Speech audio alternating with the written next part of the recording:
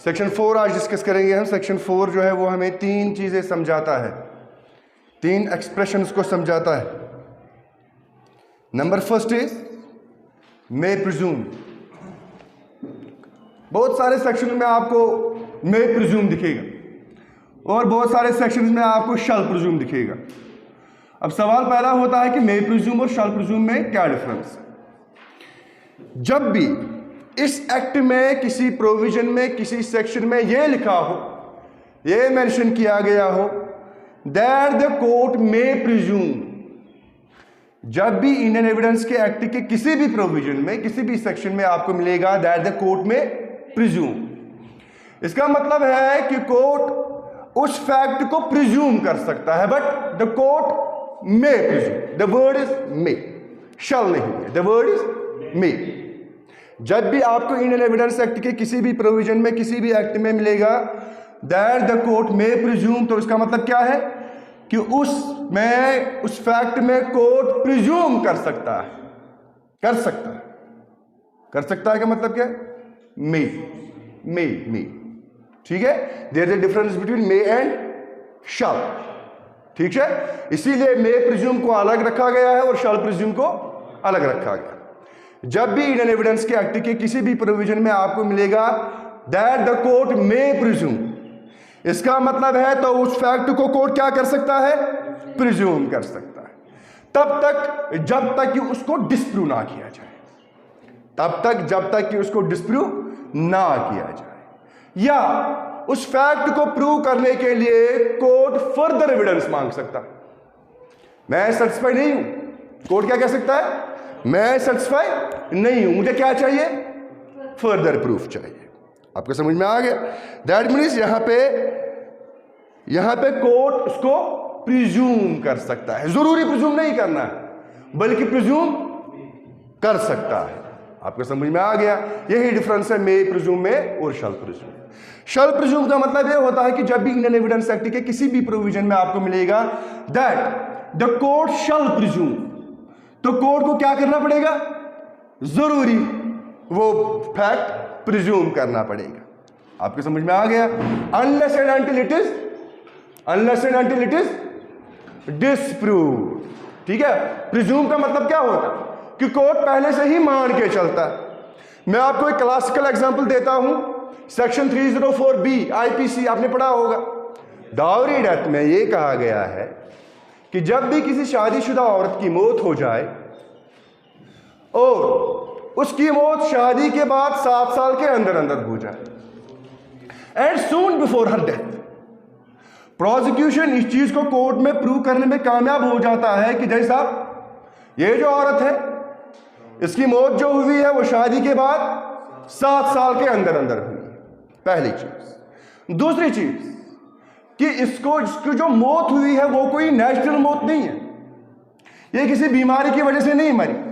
इसकी मौत जो है या तो वो बर्निंग की वजह से हुई है, या तो वो हैंगिंग की वजह से हुई है, या तो वो किसी अननेचुरल काज की वजह से हुई है। And soon before her death उसका हस्बैंड या उसके रिलेटिव्स या उसके इन-लॉज उसको हैरेस करते थे, उसको तंग करते थे। किस चीज के लिए?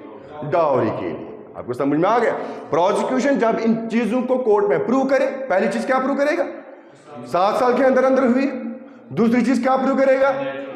नेचुरल डेथ थी, अननेचुरल डेथ थी, बर्निंग की वजह से मौत हुई या हैंगिंग की वजह से मौत हुई है। तीसरी चीज क्या प्रूव करेगा? कि इसको हैरेस किया जाता था। किस चीज के लिए? डाउरी। कौन करता था? या तो उसका हस्बैंड, या तो उसके इन-लॉज, या तो उसके relatives. Now the court shell presume, the court shell presume, यहां पे मैंडेटरी है। कोर्ट को अब जरूरी प्रिज्यूम करना पड़ेगा, कोर्ट का अब जरूरी मान के चलना पड़ेगा कि इसकी मौत जो है वो डाउरी डेथ ही है, इसकी डेथ जो है वो डाउरी डेथ ही है। ठीक है, दैट मींस उसका अब कोर्ट क्या मान के चलेगा? नहीं, इसकी मौत जो है या तो उसके हस्बैंड ने की है, या तो उसके रिलेटिव्स ने की है, या तो उसके इन-लॉज ने की है, लेकिन कोर्ट को क्या करना पड़ेगा? प्रिज्यूम करना पड़ेगा। और यहां पे ये प्रिजम्पशन जो है ये जरूरी है, यहां पे मैंडेटरी बन जाती है कोर्ट के लिए, क्योंकि जो प्रोविजन है, जो सेक्शन है, उसमें क्या लिखा है? The court shell presume, may presume नहीं। आपको समझ में आ गया? ठीक है, तब तक जब तक कि दूसरी पार्टी यानी कि इसमें कौन, एक्यूज्ड ये ना प्रूव कर पाए, एक्यूज्ड को ये प्रूव करना है कि जैसा मैंने नहीं मारा इसको, इसकी मौत जो है वो शादी के बाद 7 साल के बाद हुई है, 7 साल के अंदर नहीं बल्कि 7 साल के बाद हुई है, या हमने कभी भी इसको डाउरी के लिए हरास नहीं किया, या इसकी मौत जो है वो अननेचुरल मौत नहीं है, वो नेचुरल मौत है। ठीक है, अब जब एक्यूज्ड इस चीज को प्रूव करने में कामयाब हो जाता है तो उसने उस फैक्ट को क्या किया, डिसप्रूव किया। क्या किया, डिसप्रूव किया। आपके समझ में आ गया? यही फर्क है मे प्रिज्यूम और शैल प्रिज्यूम में, यही फर्क होता है। मे प्रिज्यूम का मतलब ये होता है कि जब भी इस एक्ट में आपको कहीं पे भी मिलेगा द कोर्ट मे प्रिज्यूम, तो वहां पे कोर्ट क्या कर सकता है, प्रिज्यूम कर सकता है। कब तक, जब तक कि उसको उस फैक्ट को क्या ना किया जाए, डिसप्रूव ना किया जाए, या कोर्ट में आस्क फॉर फर्दर प्रूफ। इस फैक्ट को प्रूव करने के लिए कोर्ट कहेगा कि मुझे फर्दर प्रूफ की जरूरत है। ठीक है, शैल प्रिज्यूम का मतलब क्या होता है, जब भी किसी एक्ट में ये वर्ड शैल प्रिज्यूम आपको मिलेगा तो कोर्ट को क्या करना पड़ेगा, प्रिज्यूम करना पड़ेगा, जरूरी प्रिज्यूम करना पड़ेगा, तब तक जब तक कि इसको डिसप्रूव ना किया जाए। कौन करेगा डिसप्रूव, एक्यूज करेगा। ठीक है, तीसरी जो टर्म है that is conclusive proof. Conclusive means यही और कोई नहीं, कंक्लूसिव मीन्स यही और कोई नहीं। अब कंक्लूसिव प्रूफ का मतलब क्या होता है, जब भी किसी एक्ट में, जब भी किसी प्रोविजन में ये लिखा होगा that this is the conclusive proof. ठीक है, जब कुछ चीजें उस फैक्ट को प्रूव करने में दरकार होगी और वो प्रूव होंगे भी, और प्रोविजन में ये लिखा होगा that this is the conclusive proof, तो उसको प्रूव करने में फर्दर एविडेंस की जरूरत पड़ती ही नहीं। मिसाल के तौर पे जब किसी बच्चे की बर्थ होती है, शायद सेक्शन 112 है ये, I am not sure, 112 of Indian evidence act, birth during marriage conclusive proof of legitimacy, birth during marriage conclusive proof of legitimacy। अगर किसी बच्चे की पैदाइश होगी कब, ड्यूरिंग मैरिज, कब, ड्यूरिंग मैरिज, तो वो क्या होता है, लेजिटिमेसी का कंक्लूसिव प्रूफ होता है। अब ये बच्चा क्या है, कोई बच्चा पैदा होता है ड्यूरिंग द मैरिज, एक मर्द और एक औरत ने जो शादी की होती है during the subsistence of that marriage, अभी वो मैरिज टर्मिनेट नहीं हुआ होता, अभी डिवोर्स नहीं हुआ होता है, और बच्चे की पैदाइश होती है, तो बच्चे को क्या माना जाए, लेजिटिमेट माना जाएगा। आपको समझ में आ गया? और ये कंक्लूसिव प्रूफ माना जाएगा। What is the conclusive proof, कि इसके माँ बाप ने शादी की थी और बच्चे की पैदाइश इसी शादी के दौरान हुई थी।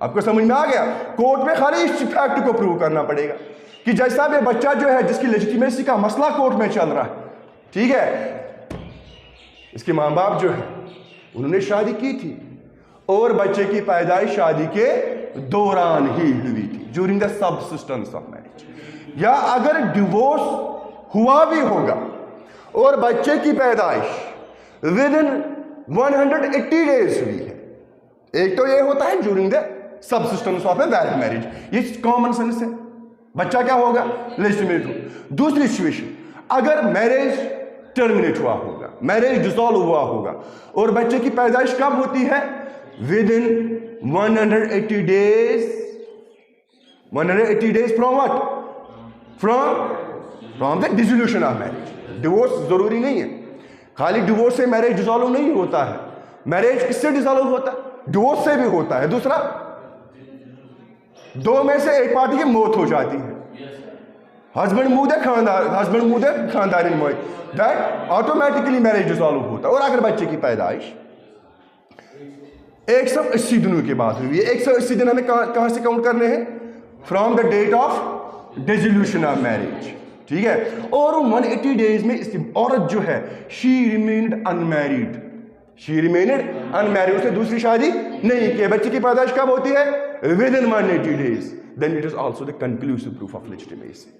अब अगर ऐसा होगा, मैं कोर्ट में ये प्रूव करने में सक्सेसफुल रहता हूं कि जैसा बे बच्चा जो है इसकी पैदाइश during the subsistence of a valid marriage हुई है, या इसकी पैदाइश with in 180 days from the resolution of marriage हुई है, and the wife remained unmarried, तो सेक्शन 112 क्या कहता है? क्या कहता है? Conclusive proof. अब कंक्लूसिव प्रूफ का मतलब क्या होता है? अब कोर्ट को और किसी फैक्ट की जरूरत नहीं पड़ेगी ये फैक्ट प्रूव करने के लिए। आपको समझ में आ गया? मैं आपके व्हाट्सएप में जब मैसेज डालता हूं, मैं क्या कहता हूं? The student shall be present tomorrow. मैं नहीं, मैं क्या लिखता हूं? शैल। और मैं आपको बार बार कहता हूं कि ये शैल जो है ये अक्सर लॉ स्टूडेंट्स लिखते हैं, क्योंकि उनको इस शैल की मीनिंग पता होती है। Shall means must, mandatory, the student shall be present tomorrow. Clear हुआ? This is may presume, shall presume and conclusive proof. Conclusive means बस इतना और कोई नहीं, ठीक है? उसमें प्रोसिक्यूशन को क्या करना था, क्या प्रूव करना था कि बच्चा जो है इसे during the subsistence of a valid marriage पैदा हुआ है, और उसकी पैदाइश जो है, अगर मैरिज डिसॉल्व हुआ है तो उसकी पैदाइश कब हुई है? Within 80 days from the dissolution of marriage, and the wife remained unmarried, then it is the conclusive proof of what? Legitimacy of the child. ठीक है? Section 5 deals with relevancy. Relevancy of facts. Section 5 कहता है कि evidence दे सकते हैं court में।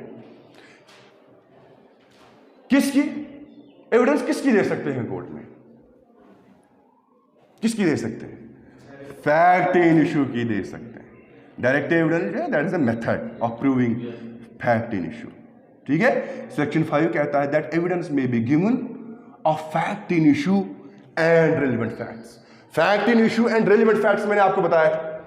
Fact in issue वो होता है जो फैक्ट इशू में हो, कोर्ट में अंडर इंक्वायरी हो, कोर्ट में अंडर इन्वेस्टिगेशन हो, और उस फैक्ट के इशू के अराउंड, उसके इर्द गिर्द जितने भी फैक्ट्स घूम रहे होते हैं वो फैक्ट इन इशू की क्या है? रेलिवेंट है। उसकी उनकी रेलिवेंस किसके साथ है? फैक्ट इन इशू के साथ। आपको समझ में आ गया? सेक्शन 5 यही कहता है। सेक्शन 5 कहता है दैट एविडेंस में be given in any suit और इन एनी प्रोसीडिंग। एविडेंस दे सकते हैं किसकी? एविडेंस दे सकते हैं किसी सूट में या किसी प्रोसीडिंग में। किसकी? एग्जिस्टेंस और non existence of a fact in issue. कोई फैक्ट इन इशू एग्जिस्ट करता है या नहीं करता है, एक इंसान, एक विटनेस इसकी एविडेंस कोर्ट में पेश कर सकता है। ठीक है? और उन फैक्ट्स की जिनको इंडियन एविडेंस एक्ट ने डिक्लेयर किया होगा that they are relevant facts. और मैंने आपको कहा सेक्शन 6 से लेकर सेक्शन 55 तक हमें इंडियन एविडेंस एक्ट बार बार कहता है कि कौन कौन सी एविडेंस कोर्ट में रेलिवेंट मानी जाएगी। अब एक विटनेस एविडेंस दे सकता है किसकी? किसी फैक्ट इन इशू की एग्जिस्टेंस की या नॉन एग्जिस्टेंस की। दूसरा, उन फैक्ट्स की जिनको इंडियन एविडेंस एक्ट ने डिक्लेयर किया होगा कि ये फैक्ट जो है ये क्या है? रेलिवेंट है। आपको समझ में आ गया? मैं आपको एक मिसाल दूं। There is a person A, court में इसका ट्रायल चल रहा है कि इसने बी का मर्डर किया है बीटिंग से। कोर्ट में ट्रायल चल रहा है कि ए ने बी का मर्डर किया है कैसे? बीटिंग से, पिटाई से। ठीक है? With the intention of causing death, और इसका इंटेंशन भी था। मिसाल के तौर पर मैं बिलाल साहब पे इल्जाम लगाता हूं, बिलाल साहब ने जुनैद साहब को मारा कैसे? बीटिंग से। और मैं ये भी कहता हूं कि इसको मारने का इंटेंशन था। आपको समझ में आ गया? अब जब ए का ट्रायल चलेगा कोर्ट में तो वहां पे बहुत सारे फैक्ट इन इशू हो सकते हैं जिन पे कोर्ट को क्या करनी है? इन्वेस्टिगेशन करनी, इंक्वायरी करनी है। पहली चीज ये हो सकती है कि क्या ए ने बी को पिटाई से मारा, क्लब से मारा तक किया ना सर, इधर लगते क्या ए ने बी को क्या स्टिक से मारा या नहीं मारा? ये पहला फैक्ट इन इशू हो सकता है। दूसरा क्या हो सकता है? क्या इस बीटिंग से बी की मौत हुई है या नहीं हुई है? आपको समझ में आ गया? तीसरा इशू क्या हो सकता है कि क्या ए का इंटेंशन था बी को मारने का? What is this? These are facts in issue. आपको समझ में आ गया? This is section 5। अब सेक्शन 6 से लेकर सेक्शन 55 तक 6 डील्स विद रेफगेशन। यहां तक कोई कंफ्यूजन तो नहीं है? सेक्शन 5 तक रेफगेशन, relevancy of facts forming part of same transaction, relevancy of facts forming part of same transaction। वो फैक्ट्स जो इशू में नहीं होते, फैक्ट जो इशू में, लेकिन वो फैक्ट जो है जो इशू में नहीं होते, लेकिन वो फैक्ट इन इशू के साथ कुछ इस तरीके से जुड़े होते, फैक्ट इन इशू के साथ कुछ इस तरीके का कनेक्शन होता है उनका, that they form part of same transaction, they form part of same transaction।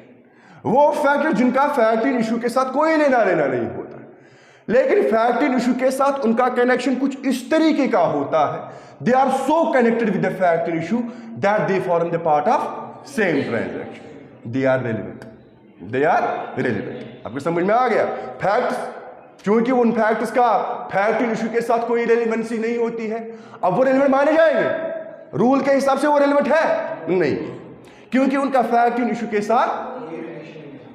लेकिन यहां पे वो फैक्ट जो इशू में नहीं है, उनका कनेक्शन फैक्ट इन इशू के साथ कुछ इस तरीके का है, that it form part of same transaction, and when they form part of same transaction they become relevant, they become relevant। वो कुछ क्राइटेरिया, अब कौन सा क्राइटेरिया है उन फैक्ट्स को रेलेवेंट बनाने का?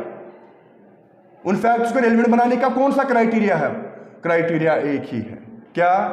They should be so connected with the fact in issue that they form part of same transaction. आपको समझ में आ गया?